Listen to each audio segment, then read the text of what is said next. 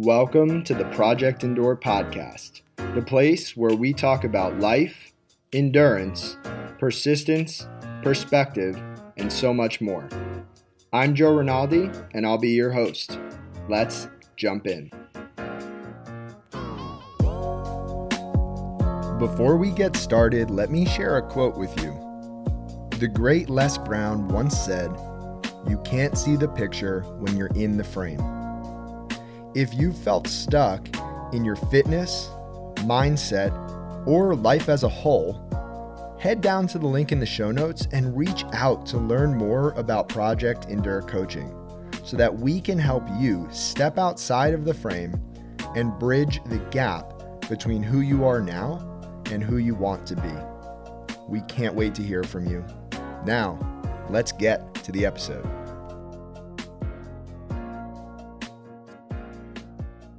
Welcome back to the Project Endure podcast, episode 54. We have myself, Joe Rinaldi, and we have an incredibly special guest. Complete surprise to me that we even connected. Very excited for this conversation. Down in Nashville, Tennessee, Brett Sheroky. Brett, what's going on, man? Man, just feeling blessed to be here. Appreciate you having me on. Of course. So I'm going to tell a story, but a few years back, I want to say it was either 2017 or 2019. I want to say 2017. My wife and I came down to Nashville to visit my sister-in-law and brother-in-law, and we went to the Bluebird Cafe, and there were a couple performers up front. You were one of them, and I had never heard your name before, didn't know who you were, but you sang the song "The Friendship," and Yeah. I immediately fell in love with you, your style, your music. And I, every now and then I'd listen to the song, but, more or less since then, haven't really thought much of you. And then you messaged me on Instagram completely out of the blue. I'm not sure how you found me. That's a question for you, but you sent me one of your newer songs. And I listened to the song. It's called "Everybody Wants." And it caught my attention so much that I figured, why not have you on the podcast? And here we are. So what a small world. That's so crazy. That's such a Nashville story, though. It's like, yeah, everybody, it's like people, you hear it all the time. People like move to Nashville and they're like, they meet each other and they're like, oh, wait, we went to high school together or something like that. It's just, it's so funny. But, yeah, man. Well, before we get too far into it, why don't you introduce yourself to the listeners and we'll go from there. Yeah. My name is Brett Sheroky. I'm a singer-songwriter in Nashville, Tennessee. I primarily do country music, or my version of country music, I guess. And I moved here in 2009, and man, it's been a journey. It's been an uphill battle, basically, because I didn't sign my first deal until 2020. So since then, though, I've been lucky enough as a songwriter to get on some major records, artists like Granger Smith and Blake Shelton, and I currently have a song on the radio with this artist named Matt Stell, which I think it just hit 50 last week. Yeah, so it's climbing slowly but surely, which is good. You want a slow climb, but and just have some songs on hold with some other artists that hopefully will pan out. But but other than that, just focusing on my own artist thing, which is why I reached out to you. I still sort of believe in that. Well, social media is, it is what it is. It's not healthy a lot of times, but I spend too much time on there. I catch myself, but I'm really trying to be more purposeful with my time. And one thing I do is I just believe in sort of like meeting, like that old adage of like shake a million hands, make a million fans, right? So I just feel like that's important to sort of like do that on a personal level. And so that's how I reached out to you. I've sort of been with that song. It's sort of a motivational get off your butt and do it song. And so I've been sort of, my marketing brain has been on, people in the fitness world and CrossFit and runners and beach body and all kinds of stuff. And just sort of like hitting them up and just saying, hey, would you mind giving this a listen? And hopefully you dig it and hopefully you share it, and that's just how this grassroots kind of stuff gets going. And so, yeah. And here we are today. I love it, man. I actually wanted to read a few lyrics from the song before we jumped in because Oh, cool. I don't think I gave you too much context as to what this podcast is about. But based on this song and based on what I know about your story, I know it's going to be a cool conversation. So, some of my favorite lines from the song: everybody wants to be the king of the hill, but nobody wants to have to climb it. Everybody wants 15 minutes of fame, but nobody wants to put the time in. Working for tomorrow's a hard pill to swallow, and nobody wants to take it. Everybody wants to have it made, but nobody wants to have to make it. And I was like, man, I listened to that song. I was like, that is beautiful. So, the premise of this podcast, Brett, is talking all about the hard things in life. And I'm a firm believer that there's two kinds of hard. There's the hard that we choose, and then the hard that chooses us. Oh And I yeah. think both are incredible opportunities for growth. But before we get into the deep, deep stuff, I did want to ask a few questions about singing, songwriting down in Nashville, because I would imagine that that in itself is a grind. Because when we were down in Nashville the first time, we walked over the bridge near the Titans Stadium to the main stretch there. I'm not sure what that bridge is called. Do you know? I can't remember the name of it, but you were walking from the stadium to like downtown to Yep. Broadway. Yeah. And there was this guy sitting on the sidewalk playing a guitar. He wasn't homeless, but he kind of looked a little, he wasn't very polished. Yeah. And I turned to my wife and I said, that's one of the best voices I've ever heard, ever. Yeah. And this guy's sitting on the side of the street. How is he not, how does he not have a record deal? So what's that been like for you? Man, I wish I knew. uh, I mean, it really is it's just showing up and getting your butt kicked every day and then just doing it again and again and again. I mean, uh, the music business has changed. I mean, I don't know how much it's changed or it's probably always been like this to some extent, but how good you are matters less and less, it seems like, to kind of speak to what you were saying about that guy. Uh, I mean, there are people down. I mean, I know a lot of them. I run in some circles with some people who are just like mind blowing, incredible. But if they're not great at social media and TikTok and they have these, mom and dad are throwing money in their bank account to be able to pay for these things I mean, to put out content and film videos and back them on tour. And I mean, it's hard. It's hard. It's really hard to try to let your craft speak for itself, which has always been my thing, and I think it's a big reason why it took me 11 years to sign a deal. I didn't play the game. I don't know if you went to like winners and losers and stuff in Nashville, but like there's a place called Red Door, and these are like the big bars that all the industry people go and hang out at, and you're there until like 2 in the morning.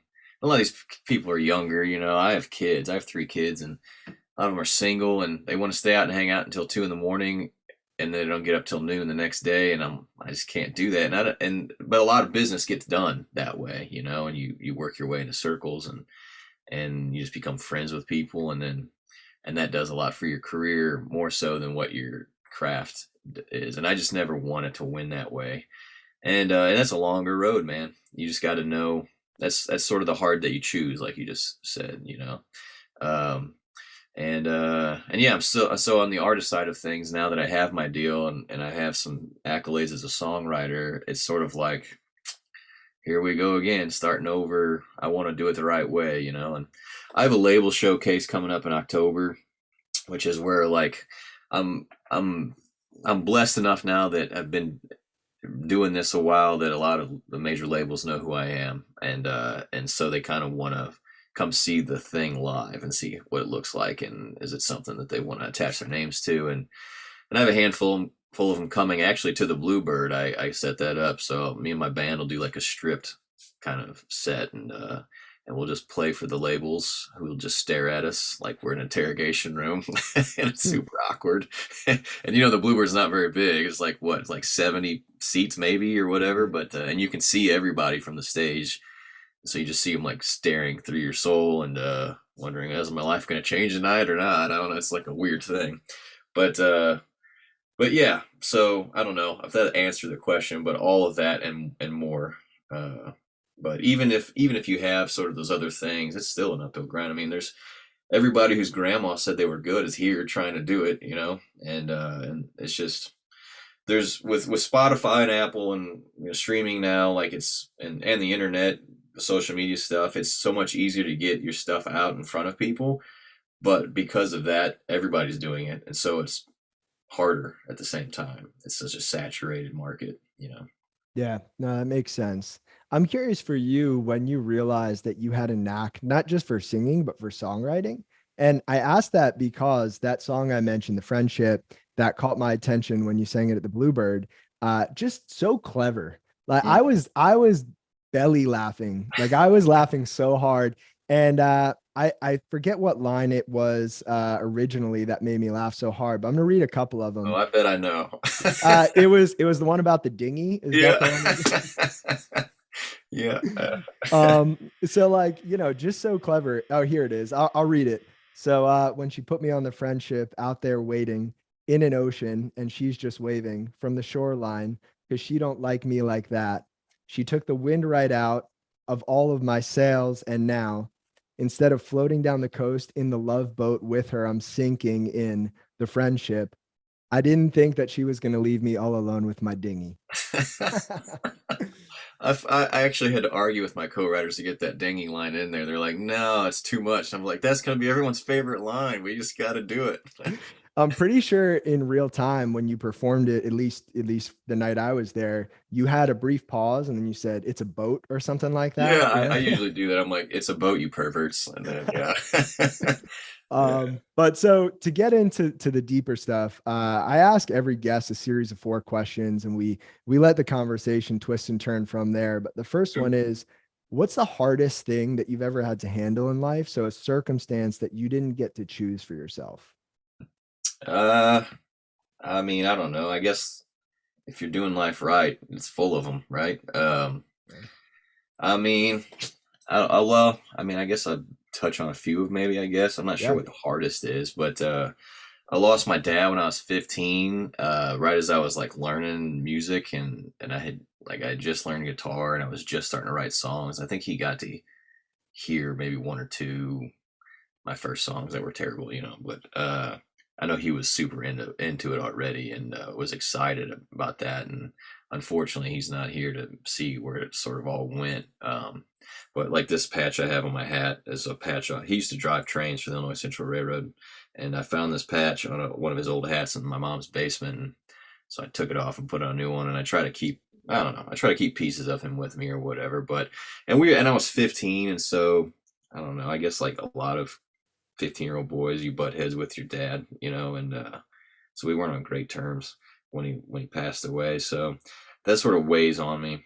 But you know, so that happened, and my sisters are 11 and 8 years older than me, and they had already moved, went off to college, and started like living on their own away from home, and so it was just me and my mom, and uh, I don't know. I guess I just sort of put what I wanted to do on hold a little bit because I wanted to not leave her by herself, and so I mean, it all worked out in the end. But you know, the thought of like chasing after the music thing, just going forward, you know, when you're a teenager, that it seems you worry about the hard stuff less at that. You know, it's just the world is so big and it seems like such an achievable thing when you're younger like that. But I kind of I refrained from that. I went to college at home and I went and got the degree and all that stuff. But I met my wife in that program and she convinced me to move here, and so it all worked out. But yeah, after we moved here, like 4 months later, I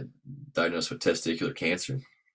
So I had to go through that, which for me, I feel like that battle wasn't as hard as, you know, I don't try to like make it out to be like some. I was like 9 weeks of intense like chemo where you just hooked up to a chemo drip IV for like 6 hours a day, and you know, at the end of that, I remember telling my wife like, if I have to do this 9 weeks a second time, I don't know how I'm gonna do it, you know, Mm. because I was feeling pretty bad by the end of it, but it worked, and you know, I've been cured. I'm, you know, that's since 2010. So, you know, but then I guess everything else is just this business, man. Like it's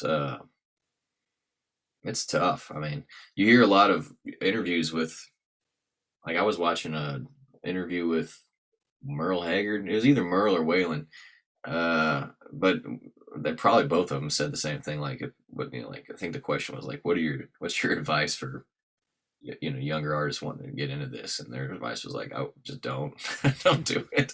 Because I mean, it's glorious on the stage and all that stuff, but man, behind the scenes, it's grueling. You know what I mean? Uh, and so much of it is just like you're pouring your heart and soul into stuff, and people may or may not even care. Like I don't know. But you definitely develop thick skin in this town. But um, yeah, I guess to try to like give context to the struggle, I guess that of trying to make it in this. So I went to school. I had my degree in speech language pathology, which I never really wanted to do. I just did it to do something because I was drilled to get the degree, get the insurance, have a stable job. You can mess with your hobby of music later or whatever. And so I did that thing. But yeah, I really did not like being a speech therapist. I just wanted to do music. So, going to a job every day, I would say it's like crushing my soul, like my heart's not in this at all. And at the beginning of moving here, man, I wasn't ready to be a professional songwriter. My songs weren't good enough, and I didn't know that then. I thought I was killing it.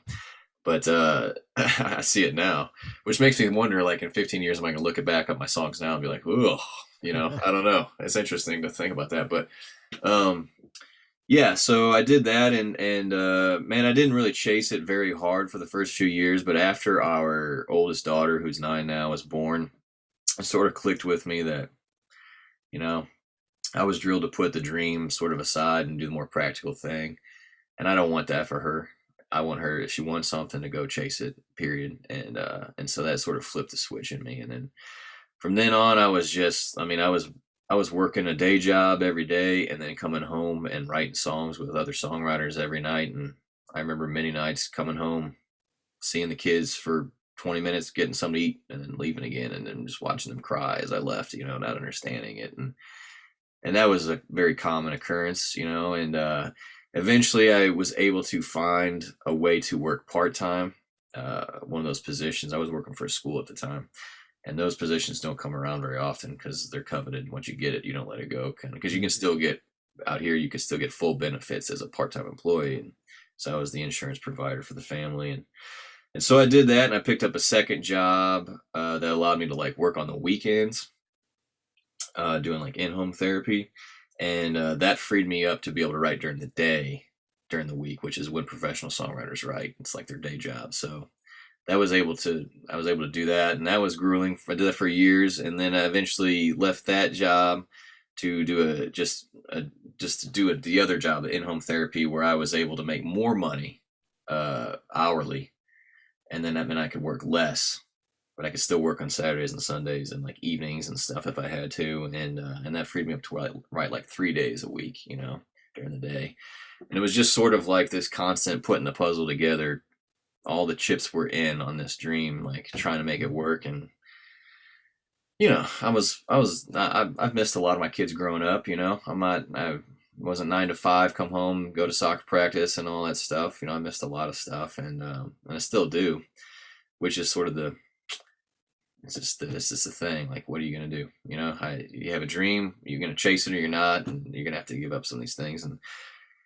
And with the money stuff, like, I wasn't making as much money as I could because I was also trying to do this music thing. And so they've had to sacrifice vacations and going out to eat and all those like cool things that, we could do otherwise. And it's been a sacrifice for everybody in this family, for sure, which makes me want to make it happen even more so that it's all worth it, but Yeah.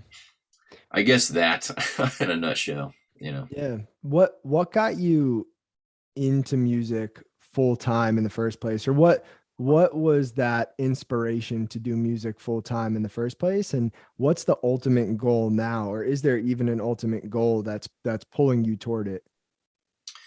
Yeah. Well, I mean, once I moved here, I thought I was good at what I did, and that's why we moved here. Then I realized I was not good enough, and sort of that challenge of it made me pursue it harder. But then I started, you go and you play like the Bluebird shows and stuff, and I started having people who I thought were good coming up and telling me that I was better than everybody else and stuff like that. Those big, huge compliments that don't get handed out, and that's when I thought, okay, man, I really need to, this is something. I think this is an achievable thing, and so yeah, I mean, it was just sort of that grind. And like I said, when my oldest was born, that switch flipped, and I just was working my tail off for it, and and the immediate goal was to sign a publishing deal. So as a songwriter, if you sign a publishing deal, a publisher, they pay you a salary basically, and you write songs, and then they get whatever your specific deal is. They get a chunk of the royalties that you would make off of anything that that you write that another artist records or whatever. And so that's sort of the deal. And in exchange, they have those connections and those abilities to like know the artist teams and the relationships with the record labels and stuff to get your songs heard and hopefully on records and on the radio. So that was my initial goal, get a publishing deal. And 11 years later, I finally did it.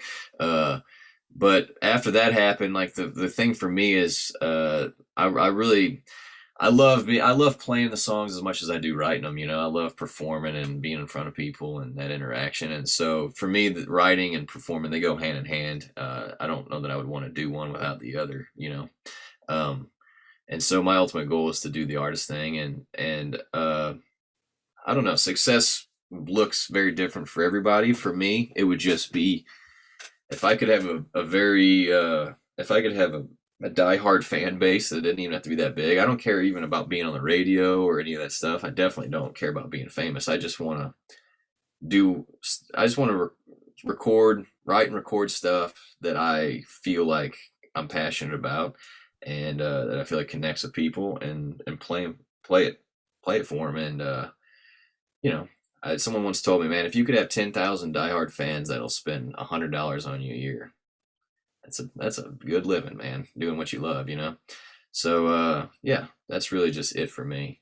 I still haven't hit that point where I'm like playing to like 500 people and every last one of them are singing every word of my songs. Like that would be that. I don't know, in my mind that's like the moment where I'm like, I've done it. And hopefully it'll grow after that. It's all relative, once you get a number one, it's like, well, how many? You only got one though, like, okay, now I only got two. Okay. But I haven't got like song of the year. I did that. Well, I got song of the year, but like, I've never got a Grammy. Like, so it's just going to keep going, and you got to know that, so you kind of have to start, and I'm terrible at this, but trying to learn that, the destination is the journey, and just trying to enjoy the stuff that I'll probably look back on and miss later, as much as it sucks now. It's so much easier to say that than to live it out. And I can tell you firsthand. There's a great Zig Ziglar quote, and he says, "Success means doing the best with what we have. Success is in the doing, not the getting, in the trying, not the triumph. Success is a personal standard, reaching for the highest that is in us, becoming all that we can be." And you're absolutely right. It's all the process, right? And that's what I got from your song, Everybody Wants. I'm curious for you, what was the inspiration for writing the song the way you wrote it? And also on top of that, do you have a favorite part of this song? Yeah. Okay. So I wrote that song with my friend Tranny Anderson, and she came in. This was like the second time I even met her. We'd written together once before that. I didn't really know her, and she came in and she was all kinds of fired up. And she's like a real cool person, like real sweet, and doesn't have anything bad to say about anybody or whatever. But she came in and she was like, I want to write something with some righteous anger. And I was like, okay. And she just told me she just went and got coffee with somebody who just moved to Nashville like a few months before. And they were bitching to her about how like they didn't have a deal yet or something. And she was just like, oh my gosh, you have no idea. And it kind of got us talking. I had just had a conversation with one of my best friend's moms, who is like she runs HR for a major healthcare company. She was talking about how these college graduates are coming in. She's like, I can't hire anybody because nobody wants to start low. They kind of come in and they want these upper level positions right out of college. And she's like, I can't even find anybody to hire. And just sort of like, I guess that was on my mind of like that, I call it the something for nothing crowd, like, and it seems that I mean, I'm getting older. I'm meeting more people, so I guess naturally I would meet more of these people. But it seems like they're coming out of the woodwork a little bit, and it's people that just want the red carpet rolled out and don't understand. So we kind of channeled that, and we didn't have the idea before that or anything. It all kind of came out in the room, and I think I thought of that little, we call it the hook in songwriting, that everybody wants to have it made, but nobody wants to have to make it, and then sort of reverse engineered it from there. And it took us a few writing appointments, writing sessions. We just call them writes. It took us a few writes to get it done. I think our second verse was different like two or three times, and I think we finished it on the phone when I was waiting on my family to do something. I forget, but yeah, we pieced it together. But I just wanted it to have that sort of tough love thing behind it, which, I mean, I'm not exempt from it. I need to hear that still sometimes. I definitely wish I would have heard that song 15 years ago, and and got after it sooner. But yeah. And then my favorite part of that song, I don't know, I kind of, musically, there's a part where it just breaks down and it's just like na na na na na na na na. I don't know. I just love that part. But lyrically, that whole chorus that you read off, I feel like it kind of builds off. It holds each other up. Like it's all one cohesive thing. And yeah, I mean, everybody wants that 15 minutes of fame. They just don't want to put the time in. Tough love. Yeah, that's why I love it. I mean, I think there are a lot of lazy, ambitious people out there. Yeah, right? they like the idea of being what they want to be. Yeah, exactly. So when you sit down and you write the song, you put it out into the world, what kind of feedback have you gotten so far from it? It's sort of divided, I guess. Because musically, it's pushing the bounds of what country music is. It's more rockin', which whatever. I remember when I first wrote it, or when we first wrote it and we turned it in, my publisher was like, I'm gonna send this over to the Eric Church camp. And they did, and I don't think, I'm trying to remember this now. If it probably sounds like, yeah, you know exactly what you're talking about. I don't, because this stuff happens like every day. You write a new song, and then like something happens with it. I think they said no, and then they were like, but we would like this other song that he had, maybe. That was another song I wrote called "Good Thing Going" that I put out too. I don't know. So I think Eric, or the camp that kind of the gatekeepers to Eric, kind of turned this one down. But that was where their mind went for it first, which would have been awesome, because Eric doesn't really cut songs he didn't write. He's only done that a couple times, and so that'd been a big feather in the cap. But yeah, I mean, otherwise, I think, generally speaking, people, they love the honesty of it. I think my brand is a big talk with the artist stuff, but my brand really is just like honest, genuine stuff, real life stuff, and that, for me, this song is very much that. Who doesn't need to hear this? Yeah. Do you find that you share this kind of message with your children, and do they receive it well? I definitely share it with them. No, they don't receive it well. My oldest, again, my 9-year-old, so daughter Madeline, she plays baseball. She just went to U10 and Dixie League is what it is, and we're in a small town, and a lot of the kids went to football this fall. And so they didn't have enough teams to like have a league. And so they put the 9, 10, 11, and 12-year-olds all together to make 2 teams. And she's 9, right?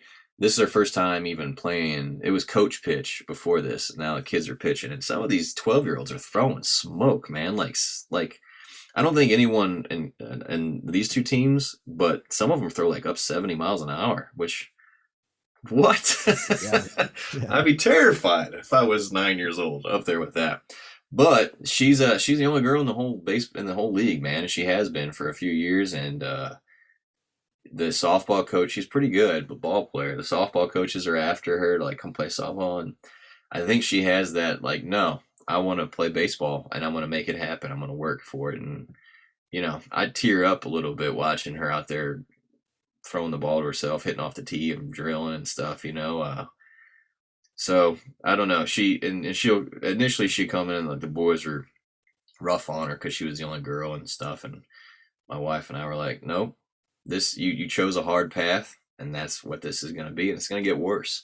So you got to decide, do you want to do this or not, and sort of that tough love of it. It's only going to get harder. The world sucks.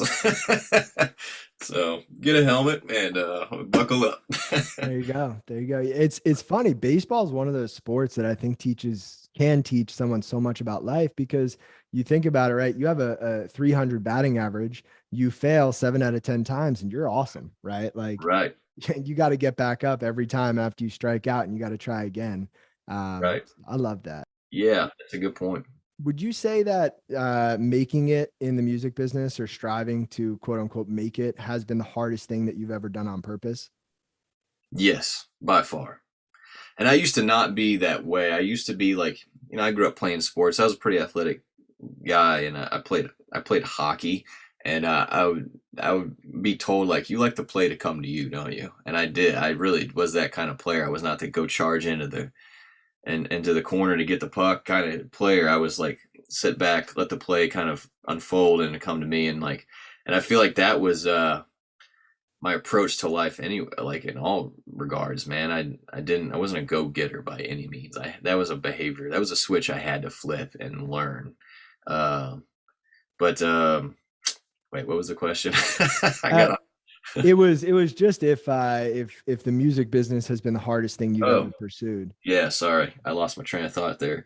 Yeah, so choosing to do this, man, it wasn't just like I had to rewire my brain to even get the mindset right to be able to do this, which is, I think, probably for a lot of people, pretty tough. It was tough for me to like figure out a way of like, no, this is your job, and there's no punch clock. You're accountable to yourself and yourself only, but you gotta treat yourself like an employee or whatever. And it's just, there is no laying it up, like just figuring that out. And that took a while.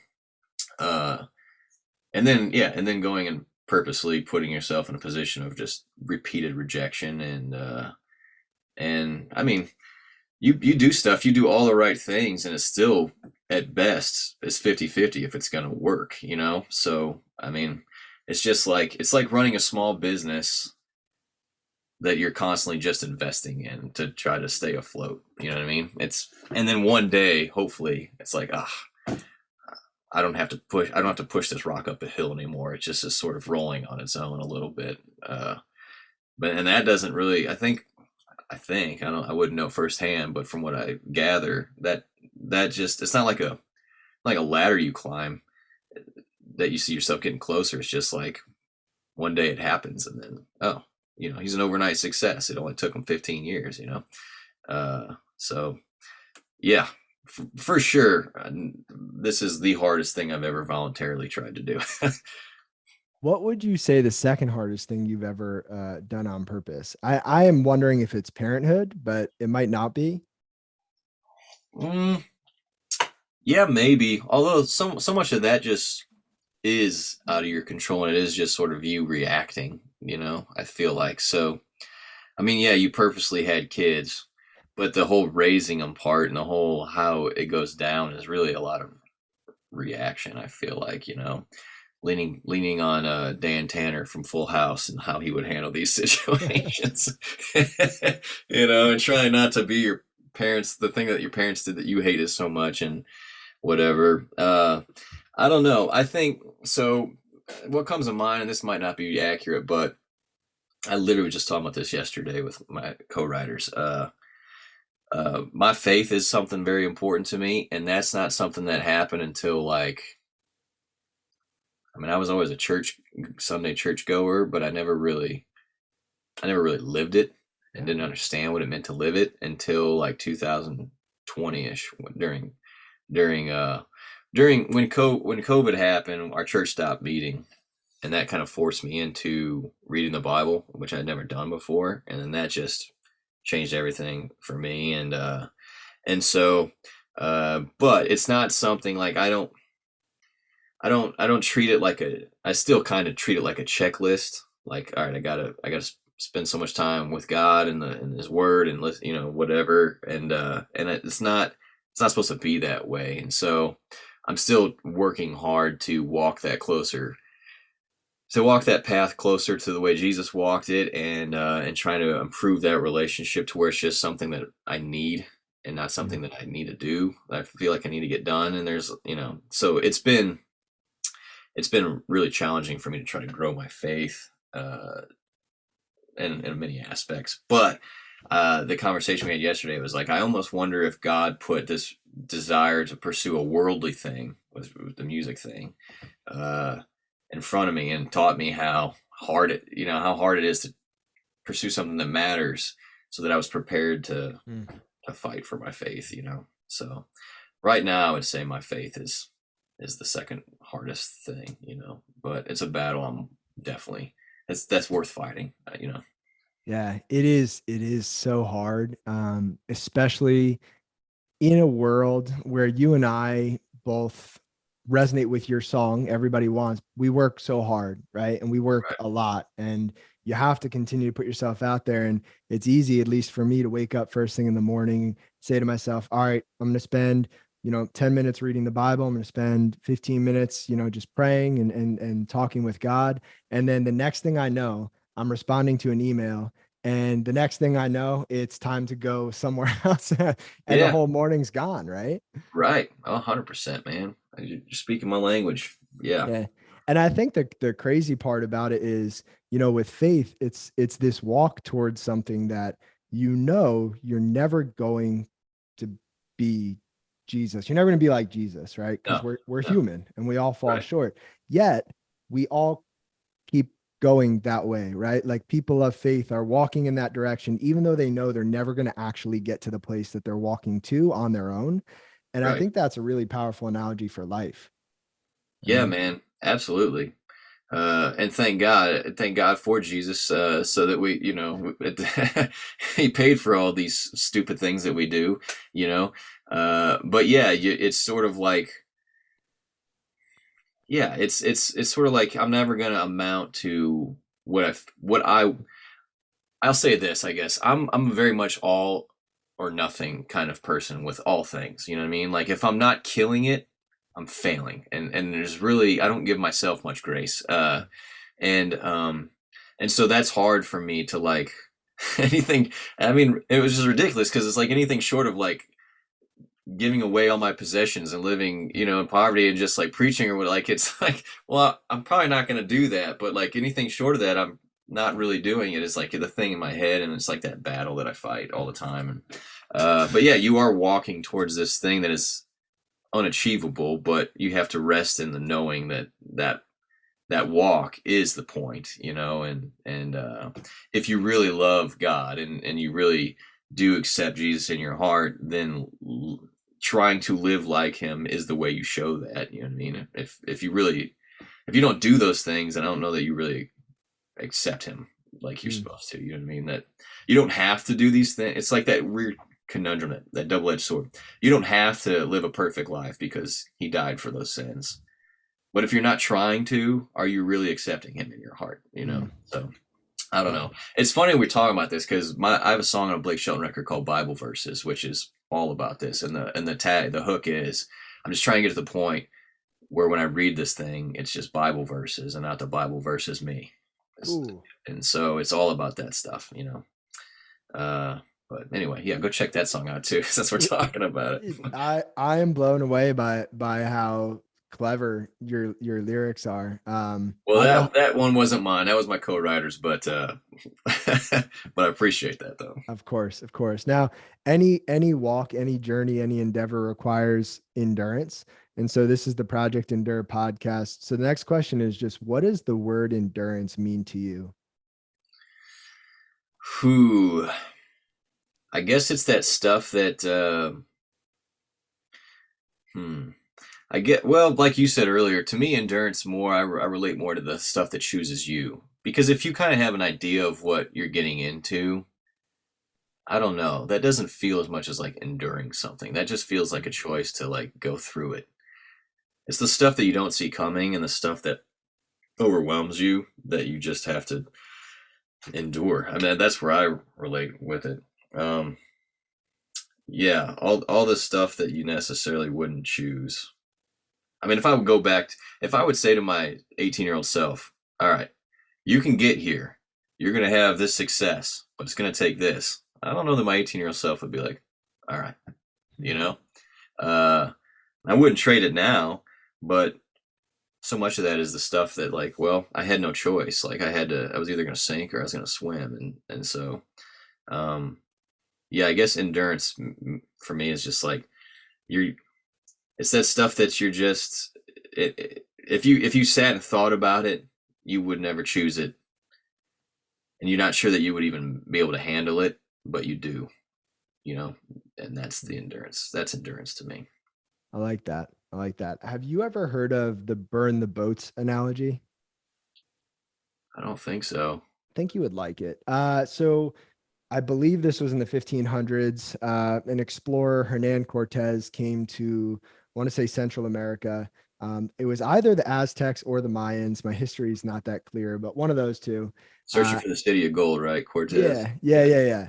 Do you know if that was the Aztecs or the Mayans? I was gonna say Aztecs, but I could be wrong. We'll go with Aztecs.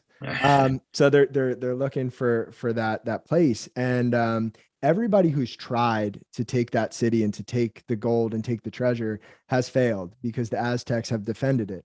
And so when Cortez and his men got to shore, the story goes that he told his men to burn the boats, and they burned their boats, and people were confused and they said, why did we do that? We're not going to make it out of here. And he said, you're right. We're either not going to make it out of here or we're leaving in their boats. And they took the city and they took the treasure and they took the gold, and their back was against the wall. They had no other choice.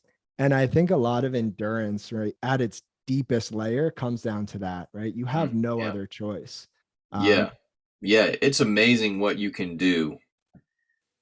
Like watch it. My dad used to say, he had this funny story, man. He said there was this little kid in his class when he was in like elementary school or whatever, and there was this class bully, and the class bully's dad was a butcher, and I guess butchers had like this ring that had like a sharp hook on it, which they would use to like maybe cut the string or something when they wrap up the meat in the paper bag.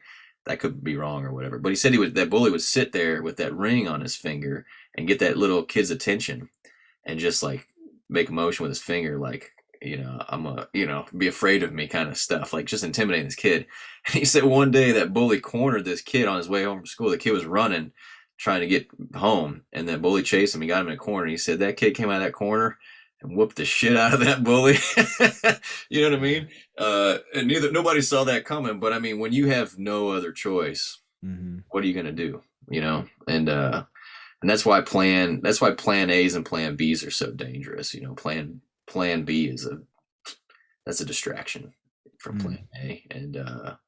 And so I don't know. There is no, I was a speech therapist, like I said, and to be a speech therapist in Tennessee and other states too, you have all these like professional privilege taxes you have to pay. You have to get continuing education every 3 years, some like 30 hours of it, and like you have these dues for the American Speech and Hearing Association and like all this stuff. And then I was just like, someday I'm gonna be able to burn this. And I got my deal and my dues came, and I actually have a post on my Instagram deep in there. It's just me holding this thing on fire.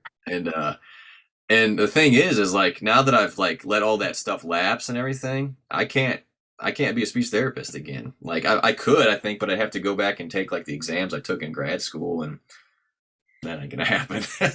You know what I mean? That's not gonna happen. So I really just was like, burn that bridge. I don't want to back up. It's either this or nothing. So yeah, I love that burn the boats story. Yeah. It's great.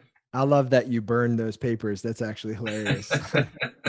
So the last question that I ask everybody is probably my favorite, because there have been so many times in my life where somebody else has spoken something into my life and it's changed the way that I've seen the world.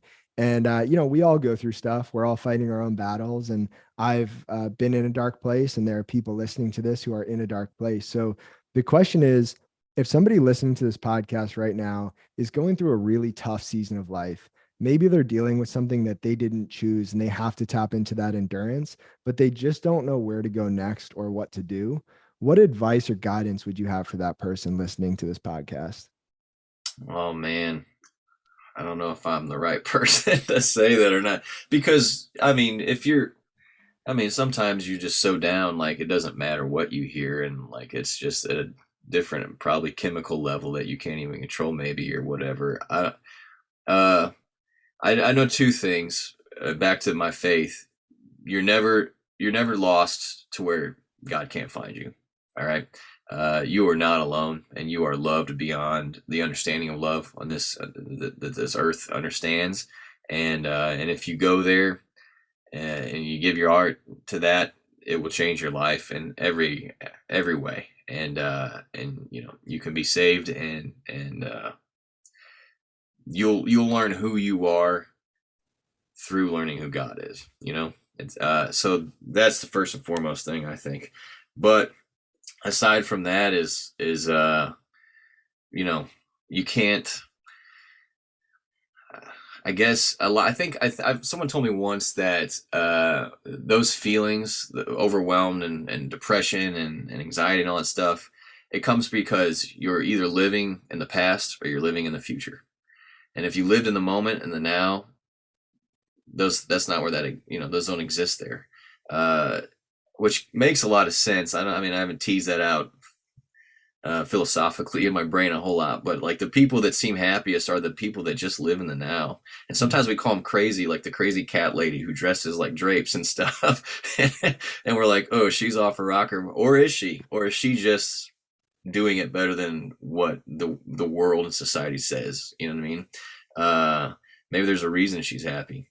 And maybe it's just because she's living in the moment. And, you know, God, the Bible will tell you all about that too. You know, it's not a coincidence, I don't think. So letting go of what you think. Yeah, I mean, you have to give up control of this thing that you don't have control of anyway. You know, and so the past mistakes, let them go. It doesn't matter. It really doesn't matter. You know, so what if you spent 47 years of your life doing it the wrong way? Why would you let that affect what you're going to do moving forward? You know, so if someone if you had $1 million and someone stole 300,000 of it, would you just be like, ugh, all right, well, I'm gonna throw away the 700? I mean, you wouldn't. You know what I mean? So why do that with the moments left in your life? And then the future thing is, it's going to shake out how it's going to shake out. All the best that you can do is the best that you can do. And you know, now that I've achieved a lot of my goals, and you know, I'm on major records and a song on the radio and got a deal, and labels looking at me, like all this stuff that, like, man, I should be so happy and ecstatic about. The thing that I'm most proud of is I didn't give up, man. Like, that's the part that's gonna wherever the rest of this stuff lands. If I don't hit the other goals that I have, the fact that I never gave up means more to me than any other accolade. And I mean that. Like, it sounds like the thing you're supposed to say, but it's true on this side of it. I really do genuinely feel that. And so I think I would tell people that, like, if you can control how much you're going to give it, and if you give it your best, that's going to be enough, you know? And so just start there. You got to take a first step, because no journey ever started any other way than just a one step. Right. So yeah, I don't know if that's sage advice or what, but that's how I would approach it. We will let the people decide, but no, I agree with all of that. And you know, the other thing I'll say that I heard recently is someone asked me rhetorically, how do you eat an elephant? And I was very confused, and they said, one bite at a time. So yeah, there's a lot of truth in there, and I appreciate you sharing that. If people want to follow along with what you've got going on, Brett, or listen to your music, or just interact with you in some way, shape, or form, where should they go to do that? Yeah, I'm all over, man. I'm all the major streaming services. Like, you can find all my music on there. I'm most active on Instagram. Trying to up my TikTok game, because that is the game now. But I'd say, like, the more sneak peeks into my life and the behind the scenes and all that stuff is on Instagram. And I just started an email campaign where I'm giving away a lot of free, like, exclusive stuff you won't see anywhere else. So if they want to sign up for my email list, they can do it on my website, brettsheroky.com. And yeah, all the places on the World Wide Web. Great. Well, Brett, thank you so much for this. And I'm so glad that we connected, and I appreciate you sharing a bit about yourself and your story and your perspective with our audience. Man, the pleasure's mine. Thank you for wanting me to be on here. I really enjoyed it. So thank you. Hopefully I'll see you again in Nashville. Let me know when you come back down again. If you enjoyed this episode of the Project Indoor podcast, go ahead and subscribe, leave a review on your platform of choice, and share this episode with a friend. It helps us get more conversations like this out to more people like you. We appreciate you, and we'll talk to you next time. And one more thing. If you're looking for a community of people all striving to be better together, check out the Project Indoor Hard Things Club. The link is in the description below. We'd love to have you.